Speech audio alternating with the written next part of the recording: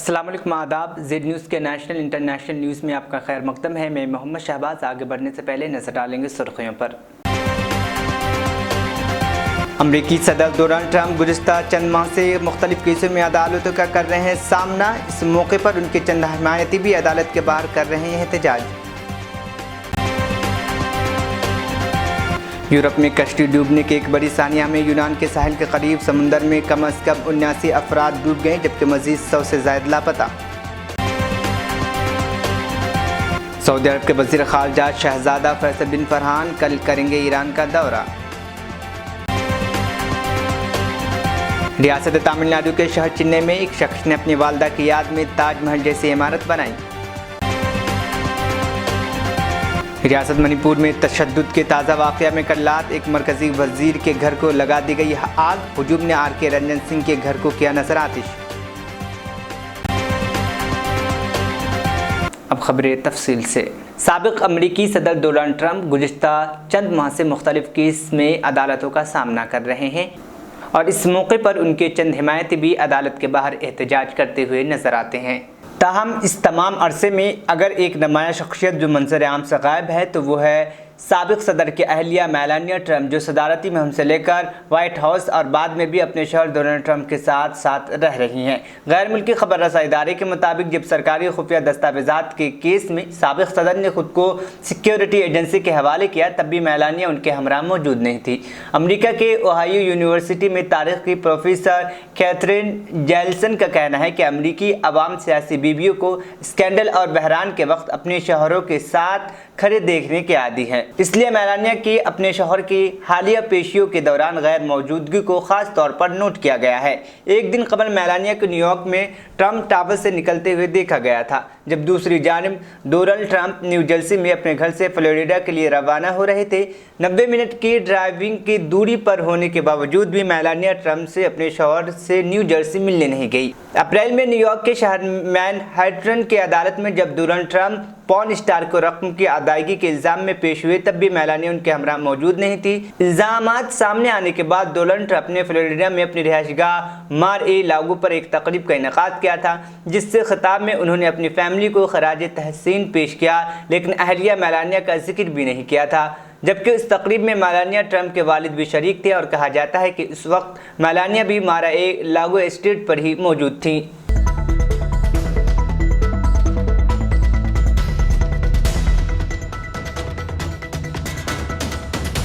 Europe में कश्ती डूबने के एक बड़ी सानिया में यूनान के साहिल के करीब समुंदर में कम से कम 79 अफराद डूब गए, जबकि मज़ीद 100 से ज़ायद लापता हैं, जिनकी मौत का खदशा जाहिर किया जा रहा है। गैर मुल्की खबर रसा इदारे के मुताबिक रिस्को स्पोर्ट चैरिटी ने कहा है कि 30 मीटर लंबी कश्ती पर तकरीबन 750 अफराद सवार थे, जबकि अक़वाम मुत्तहिदा की एजेंसी बराए पनाहगज़ीन के मुताबिक अंदाज़ा लगाया गया है कि 400 अफराद समुंदर में डूब गए। यूनान में हुकाम ने कहा कि डूबने वाले अफराद की कुल तादाद के बारे में कुछ कहना कब्ल अज़ वक्त होगा। यूरोपीय मुल्कों की दाखिले के लिए पनाहगज़ीन यानी यूरोपीय यूनियन के मुल्कों में दाखिले के लिए पनाहगज़ीन यूनान के रास्ते को ज़्यादा इस्तेमाल करते हैं। मशरिक़ी वस्ती एशिया और अफ्रीका से पनाहगज़ीन बेहतर मुस्तक़बिल की तलाश में गैर कानूनी तौर पर समुंदर में सफ़र करते हुए यूनान के साहिल तक पहुँचने की कोशिश करते हैं। ज़्यादातर अफराद करीबी मुल्क तुर्किया के साहिल से यूनानी जसीरे तक पहुँचते हैं। यूनान में गुज़िश्ता क़दामत पसंद हुकूमत के सख्त इक़दामात के बाद अब पनाहगज़ीनों की बड़ी तादाद एक तवील रास्ता इख्तियार करते हुए तुर्किया से यूनान के रास्ते इटली में दाखिल की कोशिश करते हैं। यूनान के सरकारी टीवी के मुताबिक डूबने वाले कश्ती इटली जा रही थी और उसने लीबिया के साहिली कस्बे तुब्रूक से सफ़र शुरू किया था। ये यूनान के जसीरे क्रेटी के जुनूब में वाक़ है। ताहम यूनान के हुकाम ने ताहाल तस्दीक नहीं की कि कश्ती किस मुल्क के लिए रवाना हुई थी। रेस्क्यू और इमदादी कामों के तंजीम अलार्म फ़ोन के मुताबिक मंगल की रात गए कश्ती पर मौजूद मुसाफिरों की जानिब से हंगामी पैगाम मौसूल हुए, ताहम बाद में राब्ता मुनक़ता हो गया। ट्विटर पर तंजीम के जानिब से लिखा गया कि हंगामी मदद की अपील करने वाले अफराद ने बताया कि कश्ती पर 750 अफराद मौजूद हैं।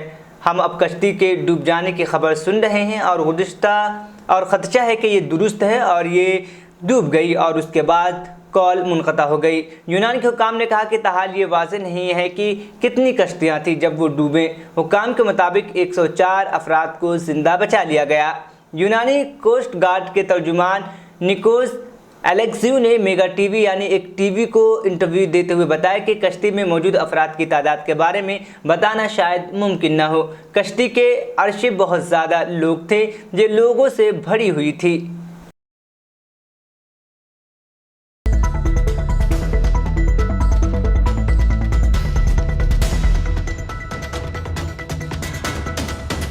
सूडान में मसला अफवाज और नीम फौजी रैपिड स्पोर्ट फोर्स में जारी आपसी तनाज़े में अख़वान मुस्लिमीन बरदार माहिरीन के लिए तशवीश का बास है।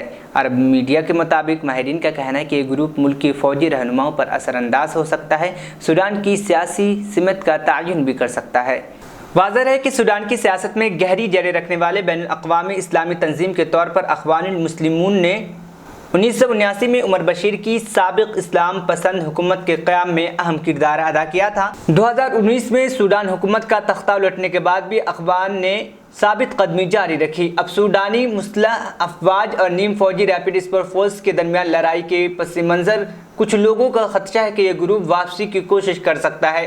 कई दहाइयों के दौरान अख़वान सियासी इस्लाम और समाजी इंसाफ की वकालत के ज़रिए सूडानी माशरे की मुख्तलिफ तबक़ात के दरमियान हिमायत पैदा करने में कामयाब रहा है। अपनी हुक्मरानी के दौरान इस्लाम पसंदों ने शरई कानून का नफाज किया, एक ऐसा इक़दाम जिसे आबादी के एक बड़े हिस्से ने मुस्तरद कर दिया था, जो ईसाईयत और दीगर मकामी अकायद के मानने वाले थे, जिससे ख़तरनाक खाना जंगी शुरू होगी। बाद 2019 में इस्लामी हुकूमत का ज़वाल एक अहम मोड़ पर था, ताहम सूडान की फ़ौजी क़यादत पर इसकी दरियप्पा असर व रसूख से मुतालिक ख़दशात बरकरार है। अख़वान का असर व रसूख साबिक़ हुकूमत से वाबस्ता मुख्तलिफ यूनिटी के ज़रिए जारी रहा, जिन यूनिटी पर अवामी ज़िंदगी में उनके बढ़ते हुए किरदार के जवाब में ख़वातीन को निशाना बनाने का इल्ज़ाम लगाया गया। सूडान की जमहूरी मुस्तक़बिल में इस्लाम के किरदार के मुख्तलिफ तसव्वुरात ने मुल्क की सबसे बड़ी सियासी जमातों के अंदर फूट डाल दी है, जिससे अख़वान को फ़ायदा उठाने के लिए नई मुमकिन हल्के मिल रहे हैं। मसला अफवाज की सरबराह और सूडान के मौजूदा डी फैक्टो हुक्मरान अब्दुल फत्ताह अल बुरहान और सूडान पीपल्स लिबरेशन आर्मी के सरबराह अब्दुल अजीज़ अल हुलू के दरमियान 2021 के मुआहदे के बाद मजहब को अलग करने के लिए और रियासत नेशनल उम्मी पार्टी के अंदर एक फ़िरका उभरा। पार्टी क़यादत ने इस बहस को अबूरी दौर के अख्ताम तक मुलतवी करने का मशवरा दिया, जब सूडान की फ़ौजी हुक्मरानों से सिविलियन ज़ेर क़यादत हुकूमत के इक़्तिदार संभालने की तवक्का थी। ताहम उसी वक्त मजहबी उमूर के वज़ीर नसरुद्दीन मफरेह ने, जो खुद नेशनल उम्मी पार्टी के रुकन थे, मजहबी बुनियाद पर सियासी जमातों पर पाबंदी के लिए कानून साजी शुरू की। दरअसल नेशनल उम्मा पार्टी के सेक्रेटरी जनरल अल वसीक़ ने इस बात की तरदीद की कि उनकी जमात मजहबी बुनियादों पर कायम की गई थी। कई बहसों के दौरान बहुत से इस्लाम पसंदों ने अपना नुक्ता नज़र तब्दील कर लिया और सियासी बाएँ बाजू के ख़िलाफ़ फ़िरका वाराना जमातों की हिमायत पर तवज्जो मरकूज़ करने का फ़ैसला किया। यह नया नुक्ता नज़र उनकी कमज़ोर पोजीशन और साबका अहदाफ के हुसूल में उनकी नाकामी की अक्कासी करता है।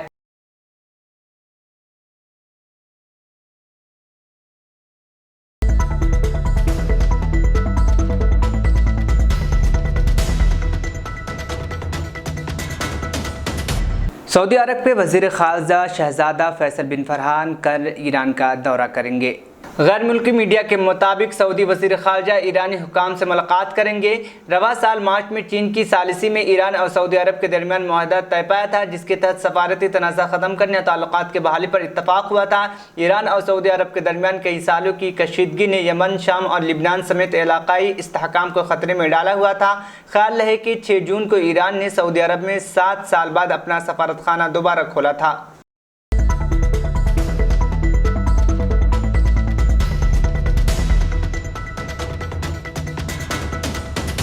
सऊदी वलीअहद शहज़ादा मोहम्मद बिन सलमान ने आज यानी 16 जून को पेरिस में फ्रांसीसी सदर इमानुएल मैक्रोन से मुलाकात की।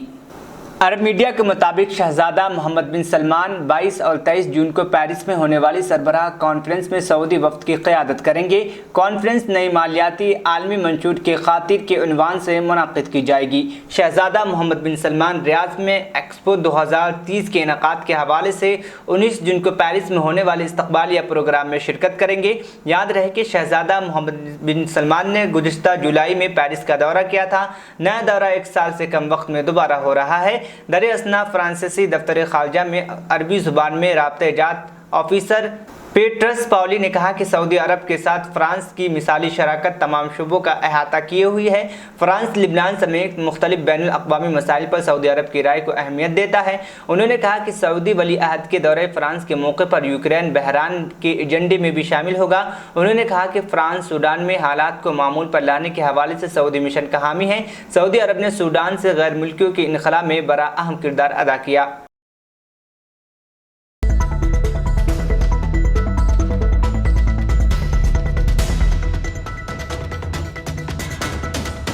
रियासत तमिलनाडु के शहर चीन में एक शख्स ने अपनी वालदा की याद में ताजमहल जैसी इमारत बनाई है।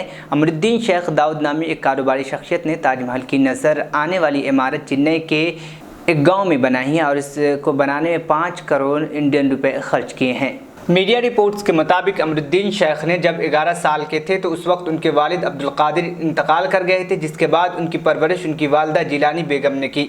रिपोर्ट में कहा गया कि अमरुद्दीन ने अपनी वालदा को खराज अक़ीदत पेश करने के लिए ताजमहल बनवाया है। ये ताजमहल जैसी इमारत बनाने के लिए संगमरमर राजस्थान से मंगवाया गया था और इसे मुकम्मल करने में तकरीबन 2 साल लगे।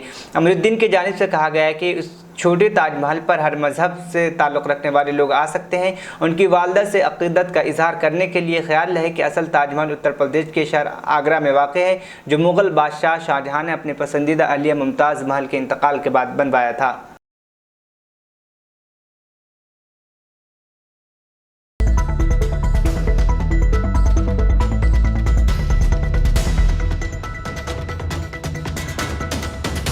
हिंदुस्तानी रेसलिंग फेडरेशन के सबकदोश होने वाले सदर ब्रिजभूषण शरण सिंह के खिलाफ चार्जशीट दाखिल की गई है। वाज़ेह है कि वज़ीर खेल अनुराग ठाकुर की यकीन दहानी के बाद पहलवानों ने अपना एहतजाज 15 जून तक के लिए मुलतवी कर दिया था। अनुराग ठाकुर ने उन्हें यकीन दिलाया था कि 15 जून तक ब्रिजभूषण के खिलाफ चार्जशीट दाखिल कर दी जाएगी। अब इस मामले पर ओलंपिक मेडलिस्ट साक्षी मलिक ने बड़ा बयान दिया है। मीडिया के मुताबिक साक्षी ने कहा कि उनका अगला मरहला उस वक्त सामने आएगा जब हम सब कुछ देखेंगे कि किए गए वादे पूरे हो रहे हैं या नहीं। उन्होंने कहा कि वो यानी एहतजाज करने वाले पहलवान इंतजार कर रहे हैं। साक्षी मलिक ने खबररसा एजेंसी ANI को बताया कि चार्जशीट में वाज़ेह तौर पर कहा गया है कि वो यानी ब्रिजभूषण शरण सिंह कसूरवार हैं, लेकिन हमारे वकील ने एक दरख्वास्त दायर की है ताकि वो चार्जशीट को जल्द से जल्द देखकर इल्जामात का पता लगा सकें। साक्षी मलिक का मजीद कहना था कि पहले देखेंगे कि किए गए वादे पूरे होते हैं या नहीं, उसके बाद अगला कदम उठाएंगे। वाज़ेह है कि दिल्ली पुलिस ने ब्रिजभूषण के खिलाफ 6 खवातीन पहलवानों को जिनसी तौर पर हरासा करने के मामले में चार्जशीट दाखिल की है। पुलिस ने नाबालिग पहलवान की जानिब से ब्रिजभूषण के खिलाफ दर्ज कराई गई शिकायत को मनसूख करने की सिफारिश करते हुए कहा कि कोई ठोस सबूत नहीं मिला। नाबालिग पहलवान ने पहले ब्रिजभूषण शरण सिंह पर जिनसी तौर पर हरासा करने का इल्ज़ाम लगाया था, लेकिन बाद में पीछे हट गई। तकरीबन 1500 सफ़ात की चार्जशीट में तमाम 6 खवातीन पहलवानों की तफसीली बयान सबूत के साथ हैं। मीडिया के मुताबिक पुलिस ने बालिग पहलवानों की जानिब से ब्रिजभूषण शरण सिंह के खिलाफ लगाए गए इल्ज़ामात में IPC की दफ़ा 354, 354A और 354D 506 पार्ट 1 के तहत चार्जशीट दाखिल की है। इसके साथ ही रेसलिंग फेडरेशन के साबिक असिस्टेंट सेक्रेटरी विनीत तोमर के खिलाफ भी दफ़ा 109, 354, 506, 354A के तहत चार्जशीट दाखिल की गई है। इसके साथ ही पुलिस ने पेन ड्राइव में डिजिटल सबूत भी अदालत में दाखिल किए हैं।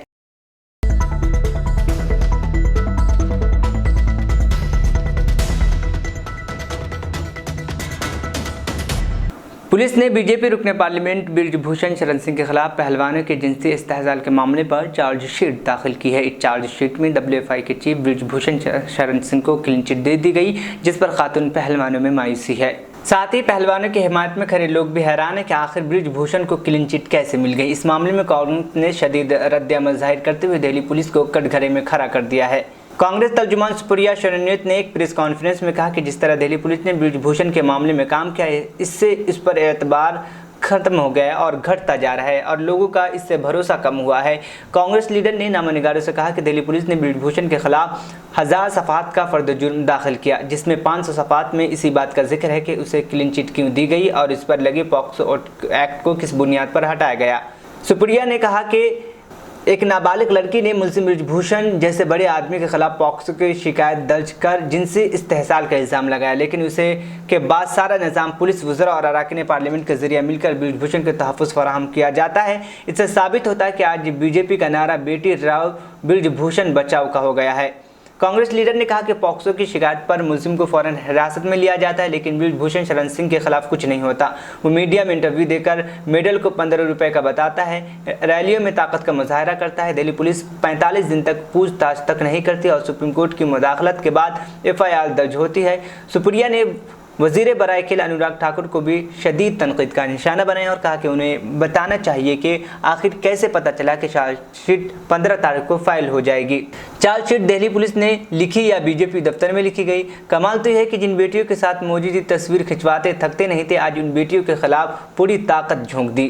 कांग्रेस तर्जुमान ने इल्जाम किया कि मोदी हुकूमत हमेशा मुलजिमीन और जानियों को तहफ़्फ़ुज़ फराहम करने का काम किया है। बीजेपी ने कुलदीप सिंगर, चिन्मयानंद, लखीमपुर वाकया, उत्तराखंड की अंकिता, हाथरस की गुड़िया, उन सभी मामले में मुलजिमीन को तहफ़्फ़ुज़ फराहम किया है। अब सिर्फ मुल्क की अदलिया पर ही भरोसा है और पूरी उम्मीद है कि इस मामले में अदलिया खुद नोट्स लेगी। रेडी? आप सबको हमारा नमस्कार। अभी थोड़ी देर पहले अमित शाह की दिल्ली पुलिस ने 1000 पन्ने की एक चार्जशीट दायर करी है यौन शोषण के गंभीर आरोपों में घिरे हुए ब्रजभूषण शरण सिंह के खिलाफ। भाजपा के बाहुबली नेता, रेसलिंग फेडरेशन के चीफ, भारतीय जनता पार्टी के सांसद अमित शाह की आंखों के तारे। इस 1000 पन्ने की चार्जशीट में करीब 500 पन्ने में दिल्ली पुलिस ने बेशर्मी की हर हद पार करते हुए यह साबित किया है कि कैसे यह पॉक्सो का मामला नहीं है और पॉक्सो के मामले में अपनी FIR का कैंसिलेशन कराया है और क्लीन चिट दी है ब्रजभूषण शरण सिंह को। मैं आपके सामने एक बात रखती हूं और यह फैसला देश की जनता करेगी। एक अवयस्क लड़की इतने बड़े आदमी के खिलाफ पॉक्सो की शिकायत दर्ज करती है, यौन शोषण का आरोप लगाती है और फिर सारा तंत्र, सारी पुलिस, इस देश की सत्ता, इस देश की सरकार, सरकार के मंत्री, सरकार के सांसद मिलकर एक तरफ उस लड़की के खिलाफ खड़े हो जाते हैं और संरक्षण ब्रजभूषण शरण सिंह को दिया जाता है और उस लड़की को गलत साबित करने पर लोग तुल जाते हैं। सारा तंत्र एक तरफ है और उसके बाद उसके पिता के हवाले से वो बयान वापस ले लिया जाता है। यह देश की जनता तय करे कि क्या प्रभाव के तहत यह किया गया, क्या सत्ता का दुरुपयोग किया गया, क्या सारा तंत्र एक आदमी को बचा रहा था। क्योंकि अब एक बात साफ है, भारतीय जनता पार्टी का जो नारा है बेटी बचाओ बेटी पढ़ाओ, वो है बेटी डराओ और ब्रजभूषण बचाओ। पूरी तरह से यह बात साफ तौर से अंकित हो चुकी है। मैं आपसे पूछना चाहती हूं, पॉक्सो का जब गंभीर आरोप किसी के खिलाफ लगता है तो तुरंत कार्रवाई की मांग होती है और वो कार्रवाई होती है तुरंत हिरासत में लिया जाए। 45 दिन तक ब्रजभूषण शरण सिंह से पूछताछ तक नहीं करती Delhi police. Delhi police FIR तब दर्ज करती है जब सुप्रीम कोर्ट हस्तक्षेप करता है। दिल्ली पुलिस हिरासत में नहीं लेती, पूछताछ नहीं करती। एक बाहुबली व्यक्ति है, इसको आजाद घूमने और छोड़ दिया जाता है कि ये जाए और किसी भी विटनेस को टैंपर करे, किसी भी विक्टिम को डराए। कोई पूछताछ नहीं है। ये मीडिया में इंटरव्यू देके मेडल को 15-15 रुपए का बताते हैं। ये मीडिया में इंटरव्यू देके गुड टच और बैड टच की बातें करते हैं। ये अपनी शक्ति का प्रदर्शन रैलियों में करते हैं, लेकिन दिल्ली पुलिस 45 दिन तक आरोपी से, और इतने गंभीर आरोपी से, पूछताछ नहीं करती। आपसे मैं पूछती हूं, एक अवयस्क लड़की एक तरफ और पूरा तंत्र एक तरफ, क्या वो लड़ सकती है? क्या वो अपनी व्यथा को बता सकती है? मैं आपसे पूछना चाहती हूं, आपके घर में भी बेटियां हैं, आपके घर में भी बहनें हैं, पूरा तंत्र जुटा हुआ था। आज चार्जशीट फाइल होती है, लेकिन खेलकूद के मंत्री ने तो पहले ही भविष्यवाणी कर दी थी कि 15 तारीख तक चार्जशीट फाइल हो जाएगी। क्यों? उनको कैसे पता था? यह चार्जशीट दिल्ली पुलिस ने लिखी है या इस चार्जशीट को लिखने का काम भाजपा के कार्यालय में किया गया है? और कौन है दूसरी तरफ? इस देश की वो बेटियां जिन्होंने आपका मान बढ़ाया, जिनके साथ फोटो खिंचाते वक्त थकते नहीं थे मोदी जी, जिनको अपने घर की महिला लड़कियां बताते थे। 50 दिन से ऊपर हो गया, एक शब्द इस देश के प्रधानमंत्री से नहीं फूटा। यह अलग बात है कि उन बेटियों का अपमान, उन बेटियों के चरित्र पर सवाल उठाने का काम भाजपा के लोगों ने, इनके इकोसिस्टम ने किया और मोदी जी चुप रहे और मोदी जी संरक्षण देते रहे। लेकिन यह पहली बार नहीं हुआ है और यह अंतिम बार भी नहीं होगा। भारतीय जनता पार्टी हर बार संरक्षण आरोपी को, बलात्कारी को, जो यौन शोषण करता है उसी को देती है। याद है ना कुलदीप सिंह सेंगर, याद है चिन्मयानंद, याद है लखीमपुर का चीरहरण, याद है आपको अंकिता उत्तराखंड की, याद है आपको हाथरस की गुड़िया। हर बार संरक्षण आरोपी को दिया जाता है, हर बार संरक्षण दरिंदे को दिया जाता है, हर बार बेटियों के खिलाफ खड़े होने का काम भारतीय जनता पार्टी, मोदी सरकार और खुद इस देश के प्रधानमंत्री नरेंद्र मोदी करते हैं। यह एक स्क्रिप्ट है, यह चिर परिचित अंदाज में हर बार संरक्षण आरोपी का होगा, बचाया आरोपी को जाएगा, झोंका भट्टी में देश की बेटियों को जाएगा। हम आशा करते हैं और हमें विश्वास है कि इस देश की न्यायपालिका, इस देश के कोर्ट इसका संज्ञान लेंगे। कैसे 164 का मजिस्ट्रेट के सामने हुआ बयान बदला गया, वो बदला उस दौर में गया जब आरोपी उन्मुक्त रूप से बाहर घूम रहा था।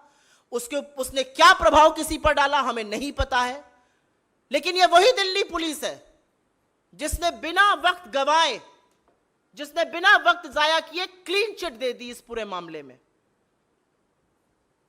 तो फैसला अब इस देश को करना है, फैसला न्यायपालिका को करना है और हम आशा करते हैं, हमें विश्वास है कि कानून में, इस देश के न्यायालयों में अभी न्याय जिंदा है और इन बेटियों को और खासतौर से उस अवैसक बेटी को जरूर न्याय मिलेगा। लेकिन सरकार से हर तरह की उम्मीद इस देश की बेटियां छोड़ दें, क्योंकि अगर सरकार के किसी नुमाइंदे के खिलाफ आप खड़े हैं तो आपके खिलाफ पूरी सरकार, पूरा तंत्र, निरंकुश पुलिस, इस देश की एजेंसियां, इस देश के सांसद, इस देश के मंत्री और इस देश का प्रधानमंत्री खड़ा मिलेगा आपको। अगर आपके इस पर कुछ सवाल हो तो हम जरूर उसको लेना चाहेंगे। I will actually briefly make a statement in English on this. Just a little while back, the Delhi police has filed a 1,000 pages charge sheet against Brijbhushan Sharan Singh.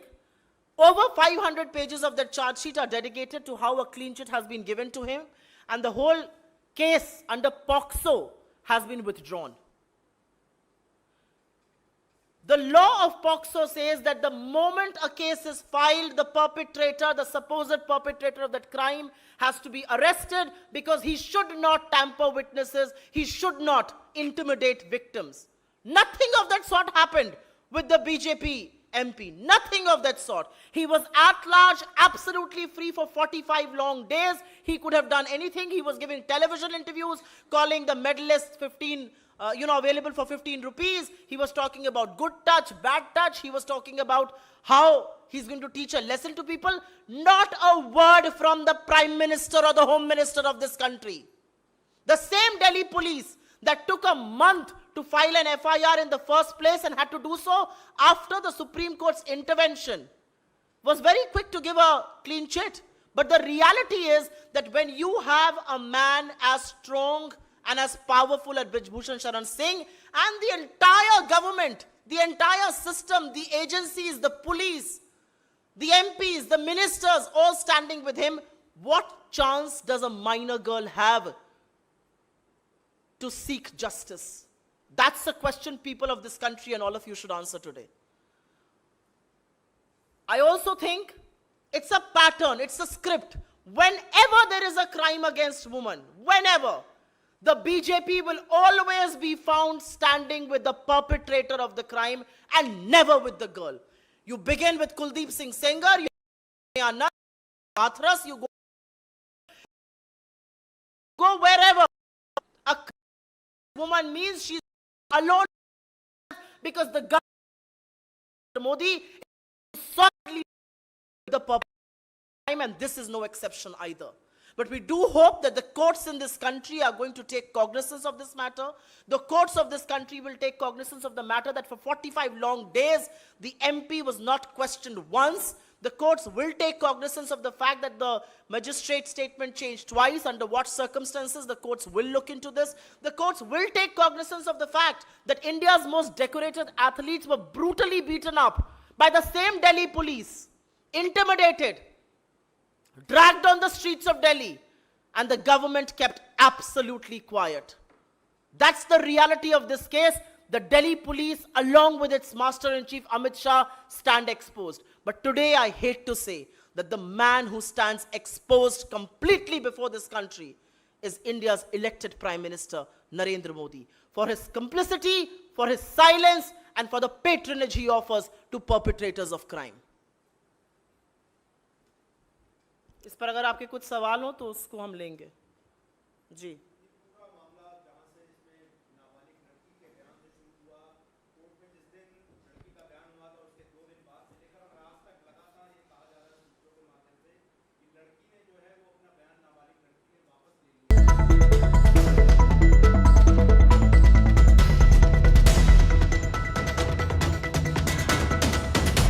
मशरक़ी रियासत मणिपुर में तशद्दुद की ताज़ा वाक़या में कल रात एक मरकज़ी वज़ीर के घर पर हमला कर दिया गया। हुजूम ने आर.के. रंजन सिंह के घर को आग लगा दी। हुक्काम ने बताया कि वाक़े के वक्त मरकज़ी वज़ीर आर.के. रंजन सिंह घर पर नहीं थे। क़ब्ल अज़ीज़ जुमरात को ही नस्ली तनाज़े से मुतासिर मणिपुर में एक हुजूम ने कम अज़ कम 2 खाली मकानों को नज़र आतिश कर दिया था। अफसरान ने ये मालूमात फराहम करते हुए कहा कि सिक्योरिटी फोर्सेज ने इम्फाल के न्यू चौकोन में हुजूम को मुंतशिर करने के लिए ताकत का इस्तेमाल किया और आंसू गैस के गोले दागे। खबर रसा एजेंसी ANI से बात करते हुए आर.के. रंजन सिंह ने कहा कि मैं इस वक्त सरकारी काम के सिलसिले में केरला में हूँ। शुक्रिया है कि कल रात मेरे इम्फाल के घर में कोई ज़ख्मी नहीं हुआ। ग्राउंड फ्लोर और पहली मंजिल को नुकसान पहुंचा है। शुमाल मशरक़ रियासत में अमन की अपील करते हुए उन्होंने कहा कि मेरी आबाई रियासत में जो कुछ हो रहा है ये देखकर बहुत अफसोस होता है। मैं अब भी अमन की अपील करता रहूँगा। जो लोग इस तरह के तशद्दुद को अंजाम देते हैं वो समाज का हिस्सा नहीं है। ये वाक़या ऐसे वक्त में पेश आया जब रियासत में तशद्दुद में इजाफे के बाद फ़ौज और आसाम राइफल्स के अहलकारों ने अपनी कार्रवाइयाँ तेज़ कर दी।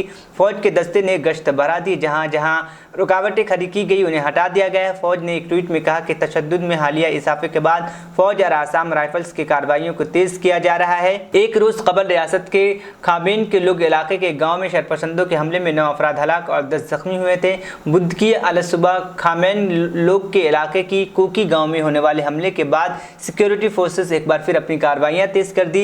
एक माह कबल मणिपुर में मैती और कोकी बरादरियों के दरमियान नस्ली तशद्दुद में 100 से ज़्यादा लोग अपनी जान गंवा चुके हैं और 300 से ज़्यादा जख्मी हो चुके हैं। सैकड़ों लोग अब भी रिलीफ कैंपों में रहने पर मजबूर हैं। रियासत में अमन की बहाली के लिए फ़ौज और नीम फौजी दस्तों को तैनात किया गया। मणिपुर के 11 अजला में कर्फ्यू नाफिज है जबकि इंटरनेट खिदमात बदस्तूर मुअत्तल है।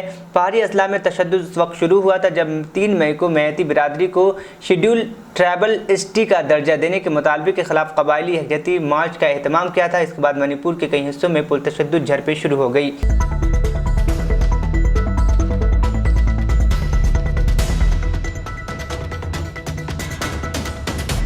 आखिर में सुर्खियां एक बार फिर।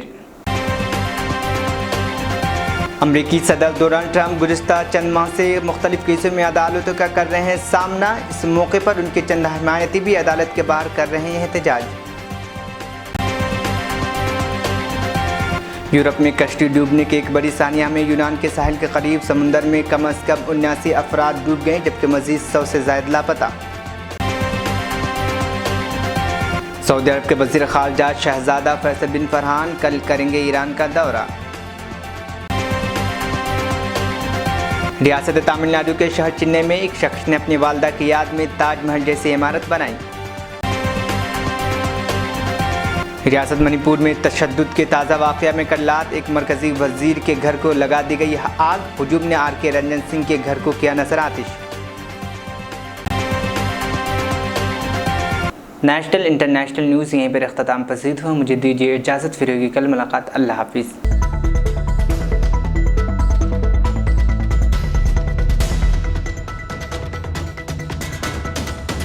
मेहनत, लगन, निफासत का हसीन मरकज जौहरी, क्राफ्टेड जस्ट फॉर यू। मियार और एतमाद की रिवायत, जेवरात ऐसे कि आपका दिल जीत लें। जौहरी के दिलकश डिजाइन आपको दूसरों से मुनफरिद बनाए। हम हर किस्म की डिजाइन की ज्वेलरी ऑर्डर्स पर भी बनाते हैं, कोई यूं ही नहीं बनता। जौहरी दुनिया भर के 15,000 से ज्यादा के डिजाइन मौजूद हैं, जो आपके दिलों को भाएं। इतने खूबसूरत डिजाइन की ज्वेलरी कहीं और न मिले। कारीगरी के असली मायने आपको जौहरी पर तशरीफ लाने पर ही पता चलेंगे। हर 916 हॉलमार्क ज्वेलरी पर only 4.9% wastage, no making charges. जौहरी, crafted just for you. Gold, diamonds and platinum. Opposite Success School, 7 Toms Road, Toli Chowki, Hyderabad.